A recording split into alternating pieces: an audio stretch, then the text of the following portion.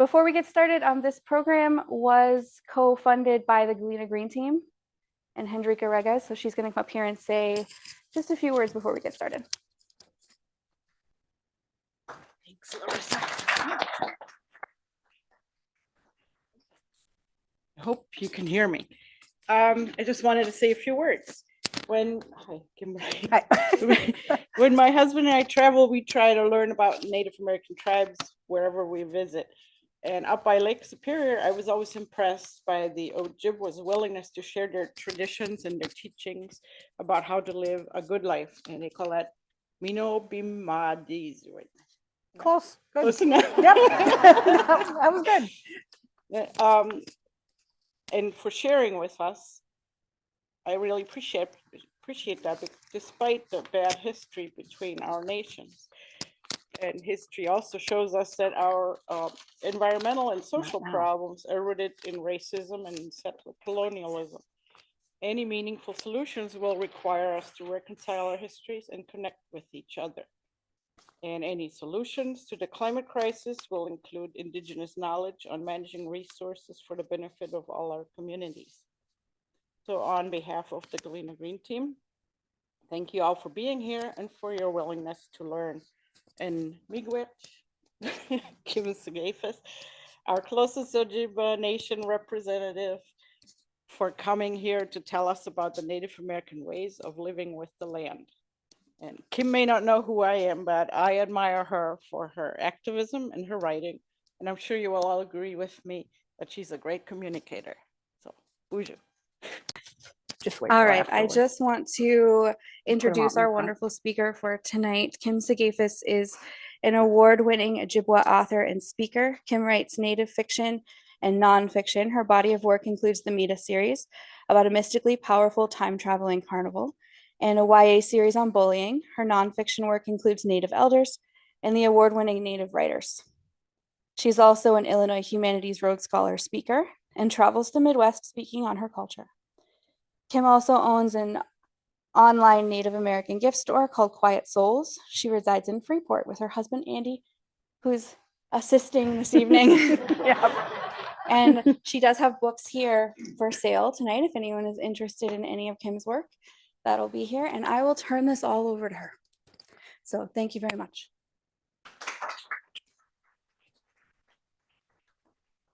Obuzu, which means hello, where it's a greeting in Ojibwa. And like she said, I am Ojibwa.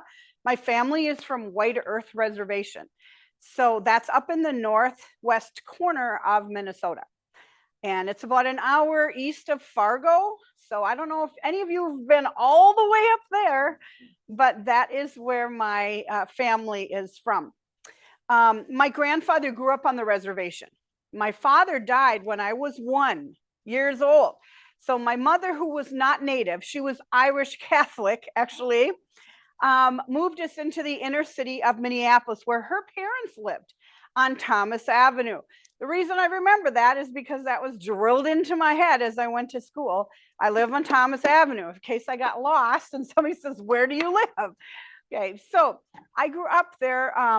We were there for a couple of years. I went to school there and we moved out later on. It wasn't until I became a mother and I was married and I was having children and I was settled that I thought it would be a good idea to learn something about my Native culture because I wanted to share that with my own children. So I spent 22 years with Irish stew and boisterous family reunions and all the whole fun Irish, German, Catholic stuff that was going on. And I was now ready to look into the Native side of my culture, my life. And so I did something really interesting. Most people 20 years younger than me at least probably don't remember something called a phone book. Okay, so I ordered a phone book for Lafayette, Louisiana, which is where my relatives were living. And I got the phone book and I looked up everybody with the same last name as me. And I wrote an actual letter. Remember those with a stamp? Okay, and so I did that. And that was back in 1980s. And so I was excited and I was waiting and waiting. No avail. Nobody got back to me. After about 2 weeks, I thought, oh gosh, okay, well, that didn't work. A phone call came in and I answered the phone and they said, I bet you don't know who this is. And it was my Uncle Jimmy, and he is the brother of my dad. And so he invited me down to Lafayette, Louisiana, which is where most of my relatives were living at the time. And I went down there. I flew down there with my 9-month-old screaming child all the way down there.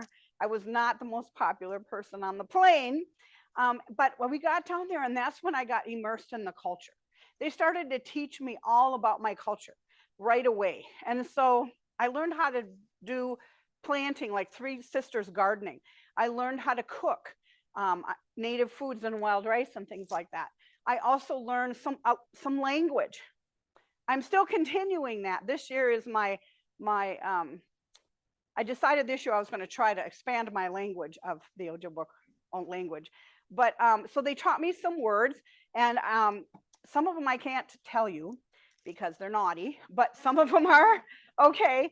And they also did a lot of teaching about children's stories and lore and how things came to be, the story of creation through the Ojibwa's eyes, all kinds of things like that. And so I became immersed in the culture.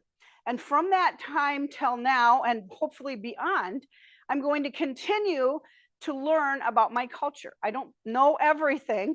And so I am always excited to do these programs because inevitably there'll be people out here that know more than I do about things. And then I get to learn that. They'll come up and talk to me and I'll get to learn new things. So I'm really excited.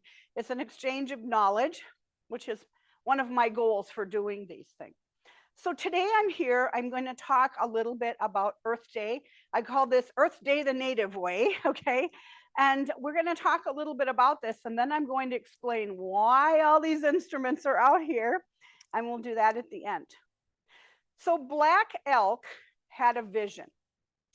He said, I was standing on the highest mountain of them all, and round about beneath me was the whole hoop of the world. And while I stood there, I saw more than I can tell, and I understood more than I saw, for I was seeing in a sacred manner the shapes of all things in the spirit, and the shape of all shapes as they must live together like one being. And I saw that the sacred hoop of my people was one of many hoops that made one circle, wide as daylight and as starlight, and in the center grew one mighty flowering tree to shelter all the children of one mother and one father. And I saw that it was holy. One interpretation of Black Hawk's vision is that the many hoops that made one circle are the many people of the earth and all the living things. The tree is a key figure in the drama of life on earth. Black Hawk speaks to Black Elk. Sorry, like I said, I just did a whole nother program, so I apologize for that. Black Elk speaks to our relationship to each other and to all life that shares this one home. He stood on the mountain and could see that we are all connected, orbiting around each other.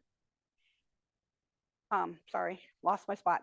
Orbiting around each other as the earth orbits the sun. He would also acknowledge that one tree standing together with others in a forest has the collective power to protect and shelter all living things on our planet. So the last thing that I want to do is perpetuate a stereotype. Every now and then I meet people that think that Native Americans have a special connection to the earth and that they can talk to animals and they can put their ear to the ground and they can hear a herd of buffalo or bison coming from 10 miles away. None of my Native friends have mystical superpowers, okay? I'm sorry to tell you. Some of them love being outside. I like being outside, but I have asthma. So my doctor told me not to leave the house, which I rarely listen to, but I love being outside. So nobody I know has any special powers. It's true, but you know, and some of my friends would rather be in the kitchen cooking or rather be on the computer doing something. And you know, they have a different perspective from me. but I have learned from them regarding God's creation and our relationship to it.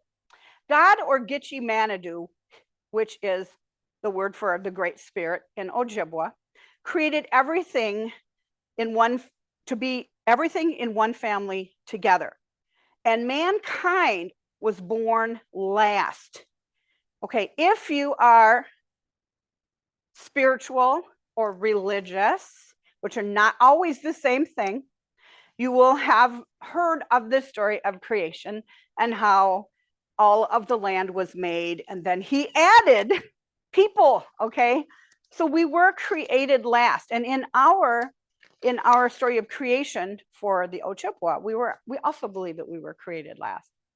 So we are the youngest in the family, okay, of creation, and we owe the rest of creation our respect and humility.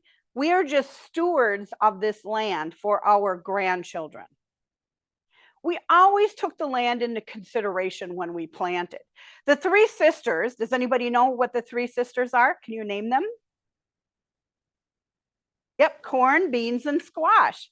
Yep, they were planted together to help the soil nourish and grow these important staples in our diet. So how they planted those was very interesting. Does anybody here grow the three sisters? You do. Do you grow them like in a regular row, or do you use the mound and the whole native way of planting? Okay, so for those of you who have no idea what I'm talking about, the native way of planting the three sisters is they create a mound of dirt. They plant the corn in the middle, and when the corn gets about 2 feet, they plant the beans around the corn. What is the obvious reason for why they would do that? Yep, because they're going to climb up the stalk. Perfect thing to climb up, right? They plant on the outside of the mound the squash, and they do that so that the squash covers the ground, hopefully knocks all the weeds out, right, that are down there because they can't get any sun to grow. All of these plants actually put things in the soil for each other. So if you have a really good planting season, we had good rain, you have good sun, okay, by the fall, you have an abundance of vegetables, okay? And if you have a vegetable garden, that's what we're shooting for, right? Except those tomatoes get a little crazy, right? I've had people say the tomatoes get a little crazy. But basically, this is called companion planting. And a lot of people plant that way now. You can actually plant in between those mounds sunflowers, because that will also grow really well and cooperate with all the other plants. And so we think about that when we are planting. Another thing is, according to the National Park Service, cultural burning refers to the indigenous practice of intentional lighting of smaller controlled fires to provide a desired cultural service, such as promoting the health or vegetation and animals that provide food, clothing, ceremonial items, and more.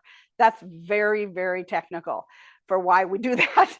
In the Midwest, Native Americans most likely cleared and maintained the tall grasses of the prairies of the area for use as herd animal pasture land. Burning of the prairies, controlled burning of the prairie, not lighting a fire and going, look at that, you know, it's just going wild. It's a controlled burn. Improved the grazing for horses and helped to propagate medicinal plants. And we use those. That's what we use to heal ourselves. The Lakota used fire to assist in securing food sources such as the bison. So if you burn an area in the fall, the bison aren't going to go there, right? There's nothing there.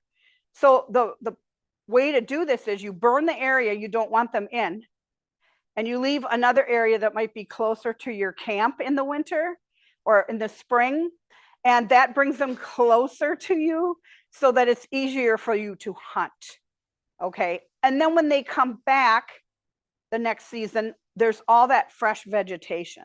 Because what happens when you burn is that you're burning everything, good and bad, but you are also allowing new growth to come up. And so that's why it has very excellent grazing opportunities for animals, not only the bison, but also the other animals.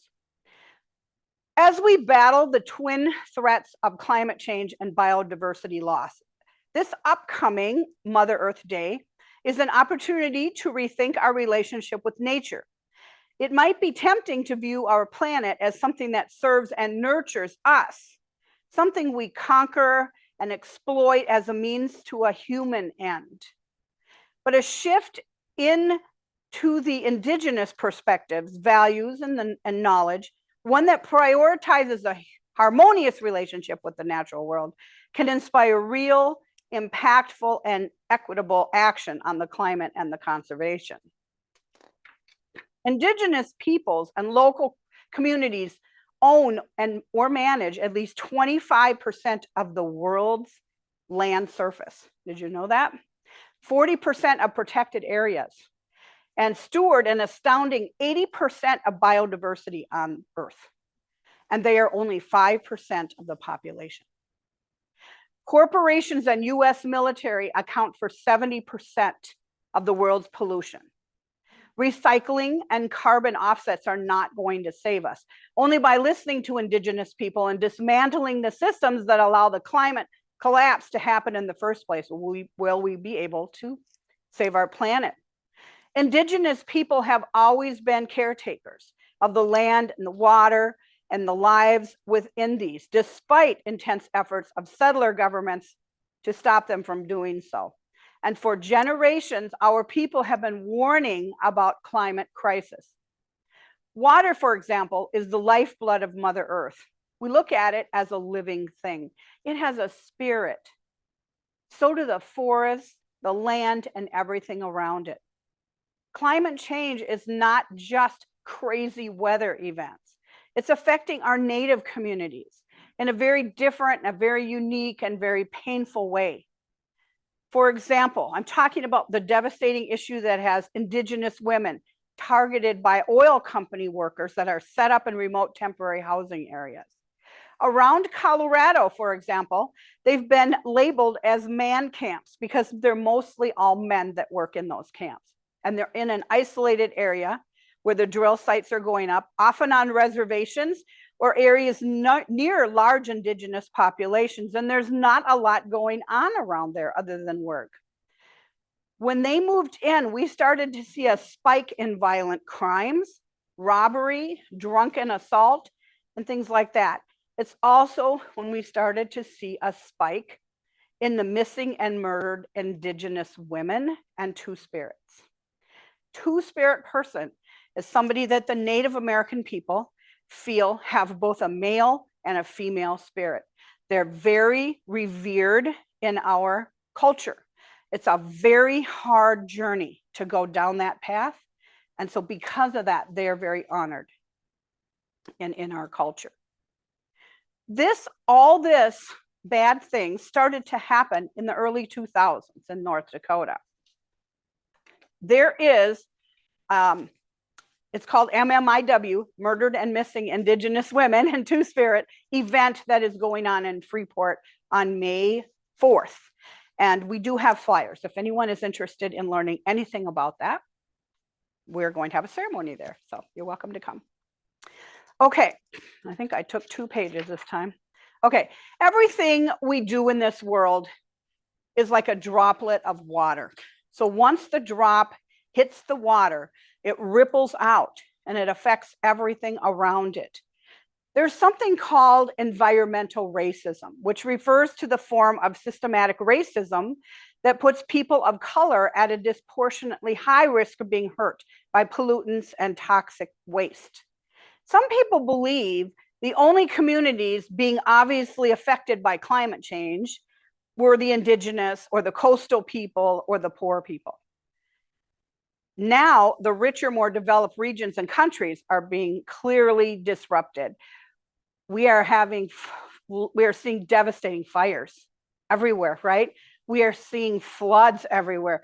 I know they're flooding by my house, so there's a lot of flooding going on. I think people are starting to realize that climate change is not just a couple people's problem, it's everybody's problem. I heard something on the news about how long it's going to take for Florida to like disappear into the ocean, or New Orleans. And so things are happening and we have to be paying attention to that. The native people have traditional ecological knowledge. This ranges from the knowledge of how our ecosystems work to being the original stewards of land across the world. It goes beyond understanding of the physical and moves in more into the spiritual, and with the connection to rematriation. This refers to the indigenous concept of going back to Mother Earth, of claiming ancestral spirituality and culture and knowledge and resources, and having the understanding that there's a connection to the land and the water and the air. We're talking about fighting for Mother Earth, Father Sky, and the four-legged. This is who we are as indigenous people, and this is the foundation of who we are. So with all of that said, how can we come together and combat all these things that have already been done? Number one, we can get acquainted with the native ways of working the land. How do we plant and why? Learn how to do a controlled burn if you think that is going to work for you where you are at. Learn how to identify plants and uses. Just because you don't recognize a plant doesn't mean you should mow it over. Okay, maybe it has a medicinal purpose. You don't know that, right? So look that up. So don't pull it out, okay? Some guy brought all those dandelions here, I want you to know, that we're mowing down, and there you can use those for medicinal purposes. Not that you should go out and pull every dandelion in your yard, but keep a couple of them as you're mowing over. If you had a well next to your house, would you want people walking by and throwing your garbage in there? That's your drinking water, right? Then why are we throwing things into the ocean and the lakes and the rivers? Gitche Manitou's creations live in there. So stop polluting the water with garbage and other things that don't belong there.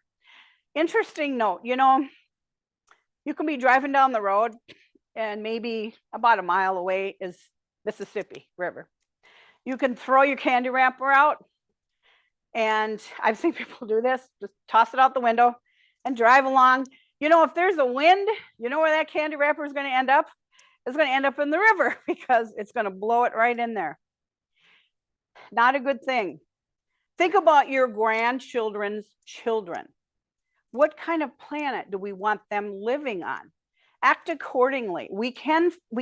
As one, we can't fix it all, but as a collective, we can get something done.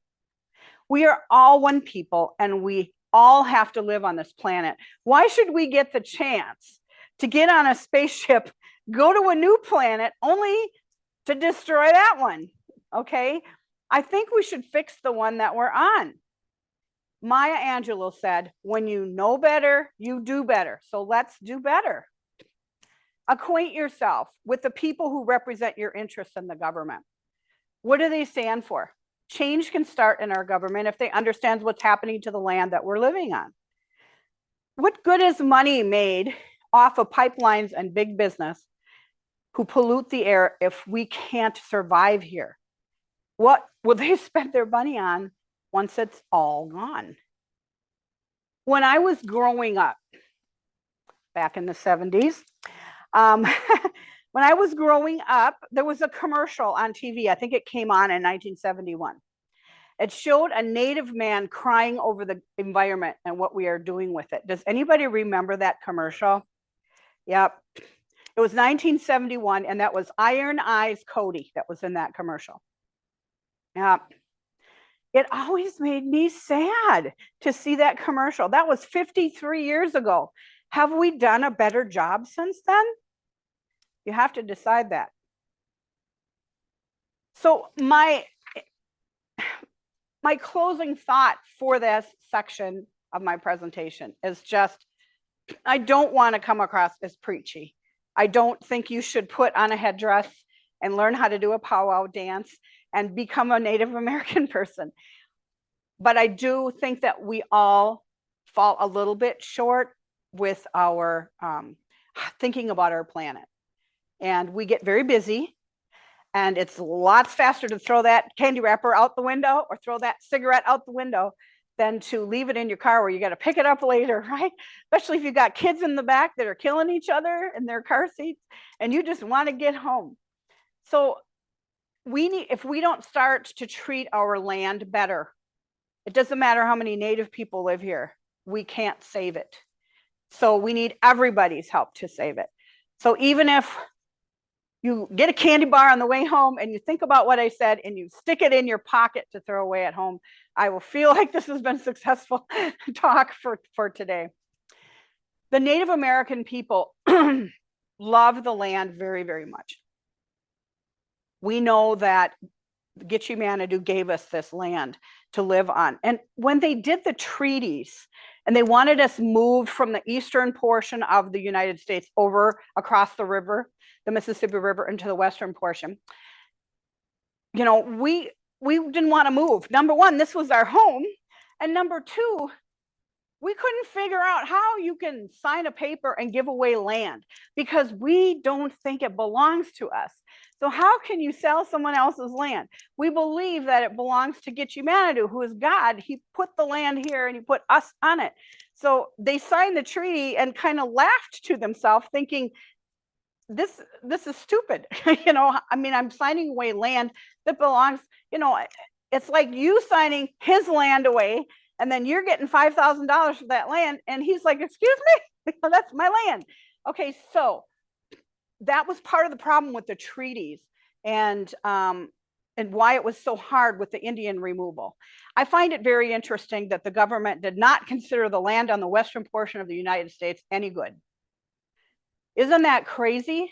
With all the beautiful vegetation that they have. Yes, there's a desert over there, but look at all the beauty in the desert. Why didn't they see that? So this is not just our generation. This has gone back so far and it's taken us so long to get to where we are now. And so you got to wonder, are we going to be able to stop this roller coaster? But I think as people think about it and really consider what they're leaving behind. I'm 60, okay? I'm already cleaning out my house because I don't want my kids to go through that stuff. I want to leave something for them. I want to leave land that they can live on and they can play outside and barefoot.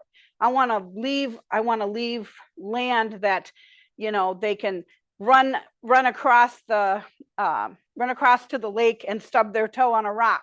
I don't want all of that stuff gone. And so that's why it's so important to me that we save what we can and we do what we can. The reason I brought the instruments with me, and this is my segue over here. And so the reason I brought the instruments is because, you know, Native people they do a lot of ceremonial things. And so we do ceremonies for naming and ceremonies for harvesting. And so when we harvest, we give praise and thanks to Gitche-Manitou for all that we have, and we're grateful for that. And I think sometimes people forget when they're running around and they're thinking about all the things that didn't happen today and how behind they are and how sick, you know, family is and how nothing is going right, that we forget to be grateful for what we have. And so I thought today I would bring some instruments, teach you a song in Ojibwa. It's called the Gratitude Song. I think we need to be grateful that we have this land and grateful that we have our families and grateful that we're free to practice our religion and do the things that we want to do here, which is why everybody is trying to get to the United States, right? Okay, we are all immigrants. Some of us are all immigrants.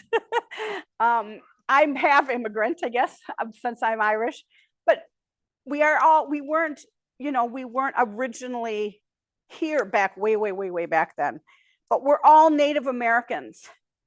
Unless somebody here is born in another country and came here after that, you were all born here. So you're all native to this country. And so that's why it's important for us to stick together and to remember how lucky we are. All right, so I have lots and lots of instruments on my table, and I'm going to talk for a few minutes about them. The drum is considered a female instrument. Okay, this is not how this leather works. This is acid washed. It's a different way to process this leather, which is why it looks so pretty. Not that it normally wouldn't, but that's why it has this design. On the back, it is strung with either wet leather or they strung it with sinew. Now, every animal they ever killed, they used everything out of. Okay, so I have a book called The Life and Times of the Ojibwa People. In that book, in the center are recipes from, I mean, you literally can go out in your yard, dig a hole, put a rock in there. I walk you all the way through it, okay? But there is a recipe in there for jellied moose nose. They cut the nose off the moose. They boiled it in water. Then they took and they picked all the hair off the nose and they reached in the nostril and pulled out the meat. They used every cotton picking thing. There's fish head soup in there. I don't like eating things that are looking at me. There's something about, no. But there's a lot of good recipes in there as well. But there are recipes in there that might be questionable for you, like the jellied moose nose. But we used everything off of that hunt. We never hunted just for the heck of it. So we could cut off a head and stick it on our wall. It was never like that. So this is strung with sinew, and this was part of a ligament of a deer. And this is what they used when they sewed. So they made their clothing, their dream catchers, everything was made out of this sinew. Sinew doesn't last. It's a part of your body and it will crack. And we're going to talk about that when we get to this drum. When it cracks, especially in a dream catcher, it's okay. It just needs to be restrung. The dream catcher was made for young children because they used to be carried on your back all day long till they were 2 years old. There was nothing to do back there after a while except pull their mother's hair and scream and yell. So they had on the cradle board this round piece and they would hang things from there. And that's where the dream catcher came from. So if that was also to lull them to sleep, they'd play and then they'd go to sleep. If you are hanging your dream catcher from your rearview mirror, that's wrong. I'm going to tell you why. It's to help you go to sleep. You should not be trying to go to sleep when you are driving. But those are made out of all natural things. And they're a hoop, they're a circle, like we all are, right? In the same circle. So this one has a stone. I'm a rock hound from way back. So I love rocks. And when I saw this one, I'm like, this is mine. It's held like this. You never hold it by what it's strung by because it will crack right away. So that's how you hold this firmly. Now, you can play it with your hand or you can use what's called a beater or a tom. So 2 toms would be a tom-tom. There you go. That's where that came from. So it's the difference between being quiet and not. Okay, so it just depends on how loud you want to play. So I have this drum here. I have another one over here. This one's a little heavier, but smaller. It's strung the same way, has a stone, of course. It's kind of my signature, I think, is having a stone there. Strung the same way. This one is a dyed drum. They would have dyed them with plants if they wanted them dyed way back when, before the voyagers came and brought all kinds of stuff in their big boats. And so that wouldn't have been that dark at that point. And that has a tom as well. I have some smaller drums you can play either side of these. I also have this drum that's in this bag.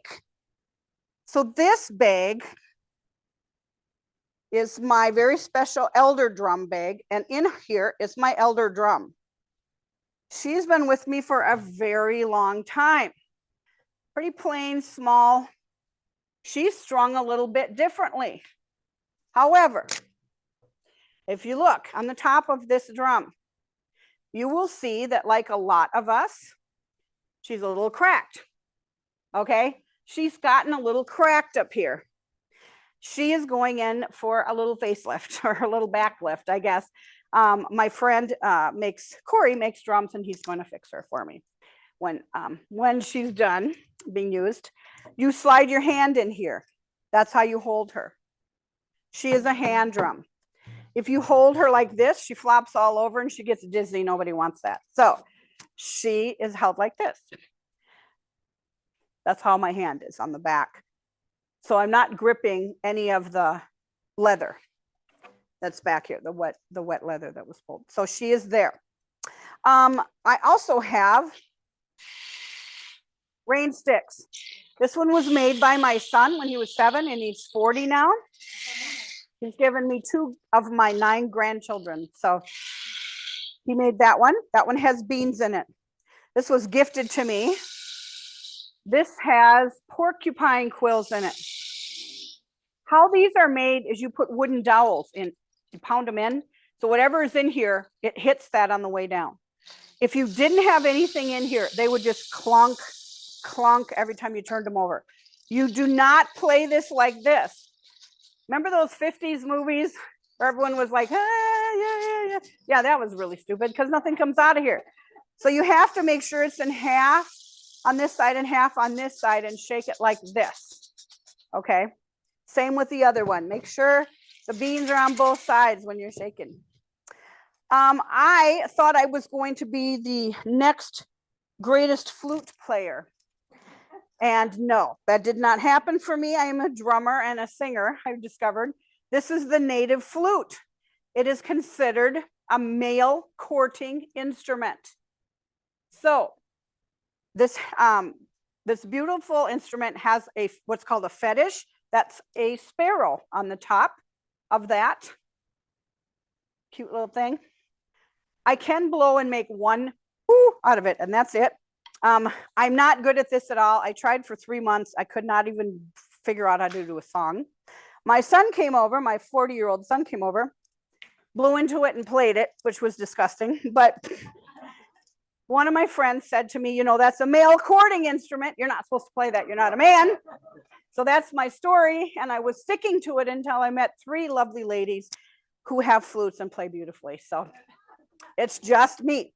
You're welcome in a little bit to come up and take a look at it. Please don't blow in it for obvious health reasons. And also, we believe if you blow into an instrument, into a flute or anything else, your spirit goes in there. And I don't want to take any of you home. Okay. So I just ask, you can look at it, but please don't blow in it.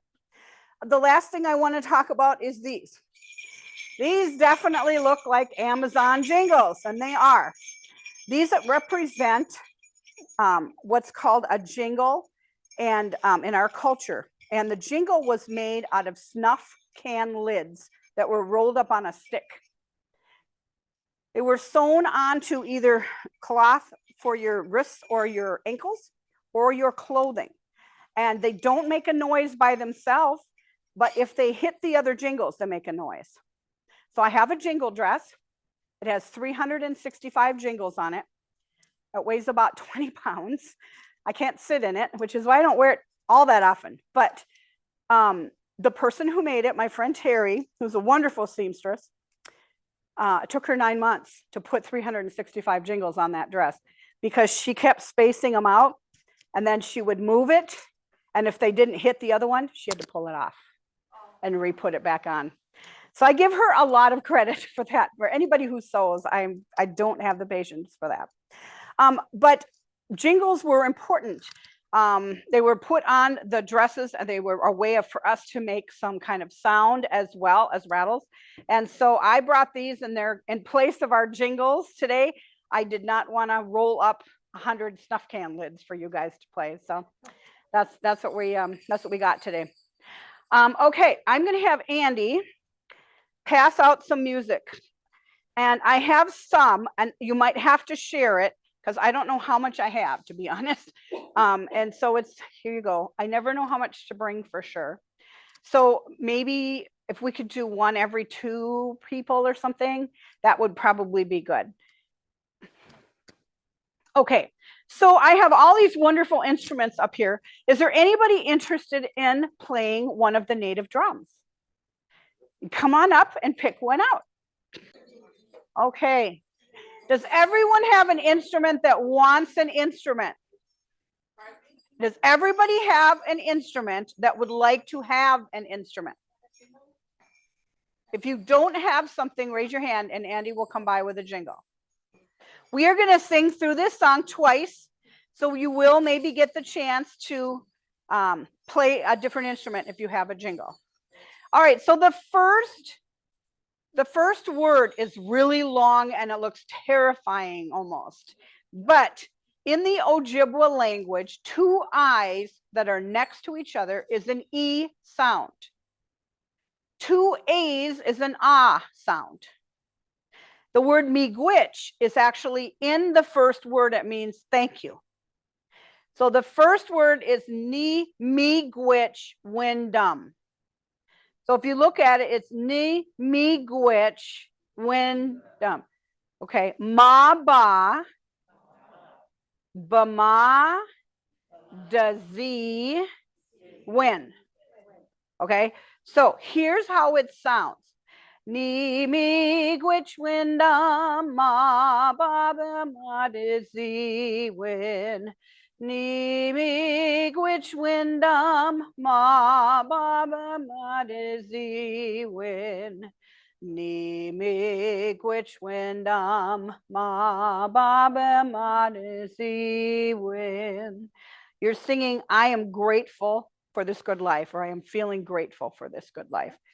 And so that's I love teaching this song because it's so easy. Number one, I know it looks scary, but you're going to get it. Are there any questions about any of the pronunciation in the actual words? I can go through them again. Yes. Could you please pronounce the last word? Yep. Bama does he win? Does he win? So it's nami gwich windum bama ba bama does he win? Okay. Now, those of you with a drum, you have now got everyone's attention. The drummers are really important because if you're not loud, we can't hear you. If you're not on the same beat, people will be unhappy. So you need to all get on the same beat. I want you to think about, okay, how loud should I play this? I don't want to be too loud. So you're at the Oriental Theater in Chicago and your best friend said they were going to come and listen to you play your drum, but they didn't buy their ticket till 5 minutes before the performance. They're in the back in the corner. Well, you need to pound away on your drum in order for them to hear you. Okay, so all the instruments are important, but the drums start us off and you have to be on the same beat. Okay, so we're going to slow the beat down a little bit so that we can get the song. So we're going to, everyone has a drum is going to play loudly. Don't speed up. There's nothing worse than singing and somebody speeding you up, right? Especially when you don't know it. So only the drums should be moving right now. We're speeding up, as my band director used to say. I used to play the trumpet, believe it or not. Obviously, I didn't play the flute, right? All right, the rain sticks. You're on every other beat. So keep drumming, keep going, and they need that beat from you guys. So you're shake, shake, shake, shake, shake, shake, shake, shake. You guys keep going. Everyone keep going. Jingles, you're on the beat. So you're jingle, jingle, jingle, jingle, jingle. Okay, good. Okay, now that I've got you all worked up, we're going to sing. Are you ready? Okay, so look at your music. 1, 2, ready, sing. Ni miigwech windum, ma ba ba ma dizzy win. Ni miigwech windum, ma ba ba ma dizzy win. Ni miigwech windum, ma ba ba ma dizzy win. Good job, you guys. Okay, that was good. Okay, we're gonna, oh, I lost my mic.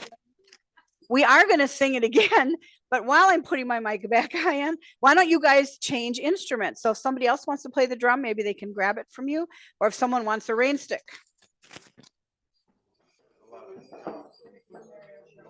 Okay, those of you with the drum, we got to start the beat, right? Nobody wants a drum? Okay, let's start the beat. Got to be loud. Can we sing it this fast, guys, or do we need to slow it down? Slow down. Okay. Let's hear the rain sticks. Shake, shake. Shake, shake. Shake, shake. Shake, shake. Jingle, jingle, jingle, jingle. 1, 2, ready, sing. Me, which windom, ma, ba, ba, ma, dizzy wind. Me, which windom, ma, ba, ba, ma, dizzy wind.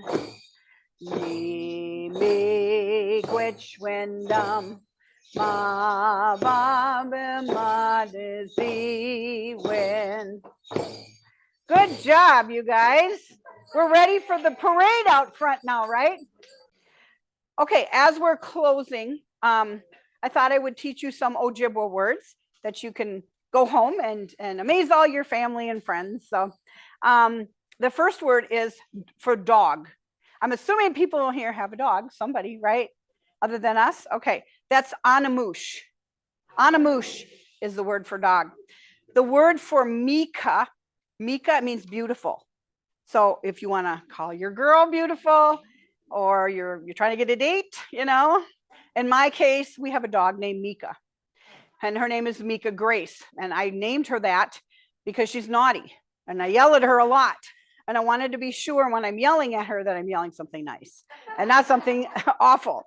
So yeah, she's a digger. She digs up everything I plant. So she's a lot of fun. But anyway, so Anamusha's dog, Mika, is beautiful. The word for no is gaween. Gaween. My grandchildren all know that word, thanks to grandma. Yeah, gaween. Gigawabaman is so long. We don't have a word in any of the tribal languages for goodbye because we don't think that we're not going to see you again. So we just say so long till we meet again. And that's actually gigawabamen, which is gigawabamen. Long word, but it means so long until I see you again. So miigwech, I talked about that. That is the word for thank you. Buzu, buzu is the word for hello or how are you, or it's a greeting. So who can tell me what the word for no is? Anybody remember? Gaween, you're right. How about the word for dog? Anamoosh. Do you remember what the greeting was? Busu. Okay, what's the word for beautiful? Now, men, I want to see if you're listening.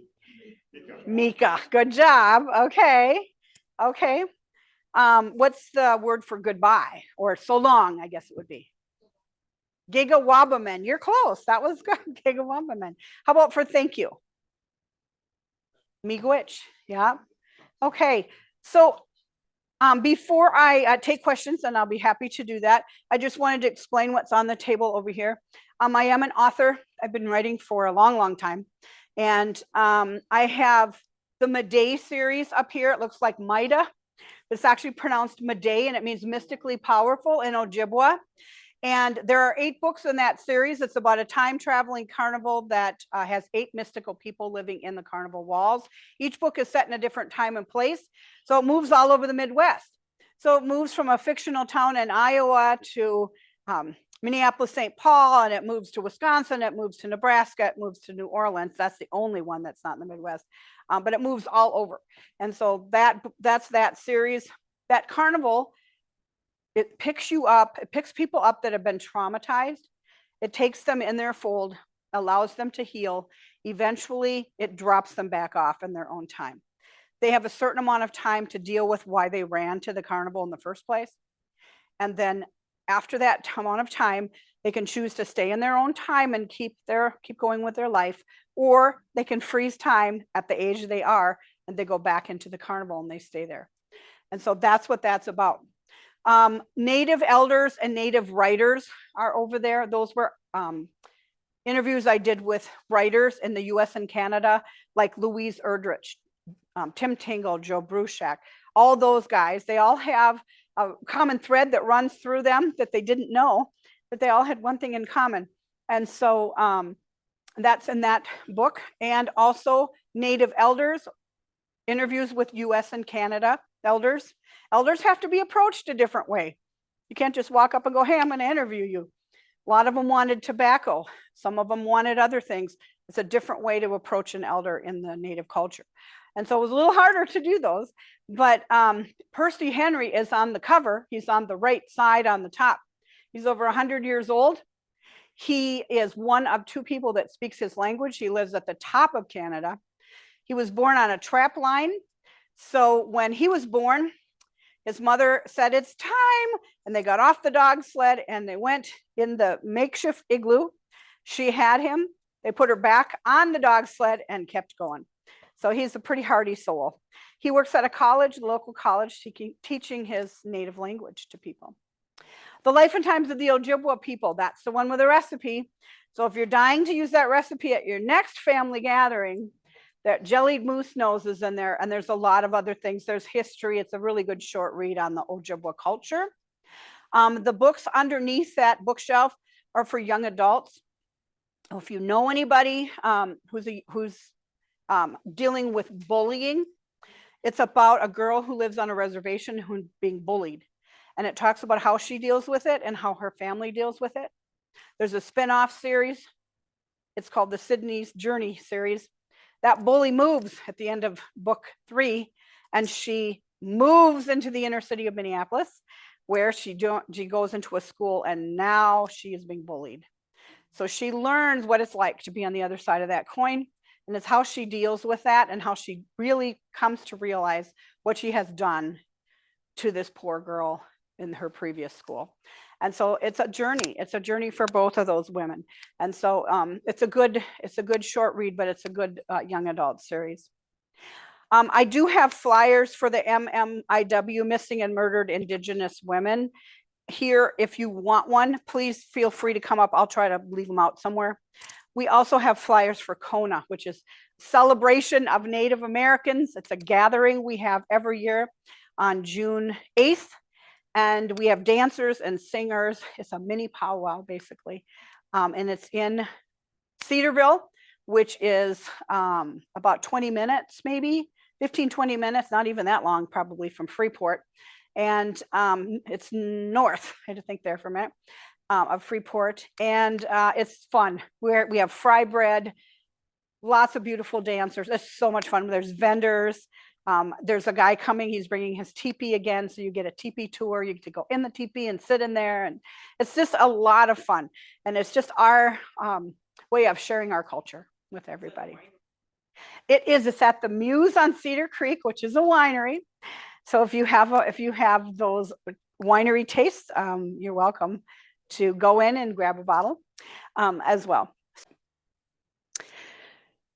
My one last thing, my native name is Becca Deziqua. Did I tell you that? Becca Deziqua.